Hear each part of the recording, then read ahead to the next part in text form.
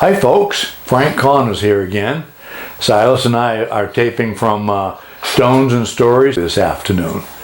And my first story is called Better Than a Stick in the Eye. Perhaps you've never found yourself wandering through the woods on a crisp fall day, cresting a lightly wooded ridge and poked yourself in the eye with a branch off a spindling ancient apple tree. I suppose that would be good for you, but I'll admit right here that it has happened to me. I'll preface this confession by saying I consider myself a pretty good woodsman. I have what I'll call a better than natural knack for finding my way in the woods, for following a trail, for getting in and getting out. I know the difference between poison ivy and most ferns, between oak and hickory trees, between deer and moose tracks. My brothers and I grew up camping, hiking, and fooling around in the woods. And I've done my time as a hunter, and will add with a hint of pride, did a year in the jungles of Vietnam, where lots of these skills came to a razor-sharp focus. But let's get back to the ancient apple trees. I never stopped feeling excited wandering through the woods when I crest that little ridge a half mile from nowhere and find a gangling and twisted old apple tree fighting for its piece of the encroaching forest and still dropping apples for the deer, the raccoons, and other wildlife lucky enough to know where it grows. If I haven't just stuck that stick in my eye, and if I have 10 extra minutes, I'll take a quick look around, walking a series of widening circles around that tree.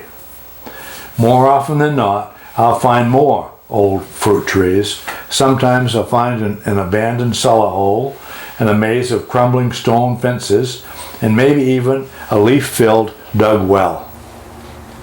I almost always take 10 minutes or more kicking at leaf piles, investigating other depressions in the area, trying to imagine the place 100 years ago when this tidy little ridge was certainly someone's homestead.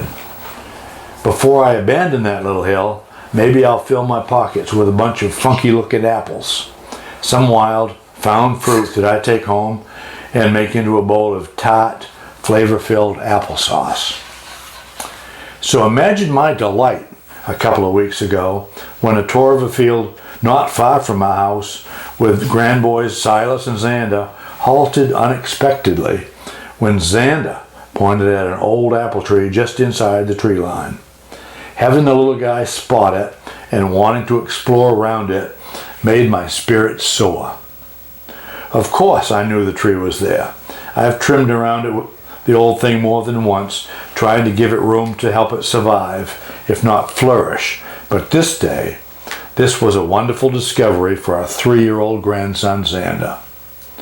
Xander walked right over to that tree, picked at some of the low-hanging fruit, and took a quick bite. The unexpected tarty flavor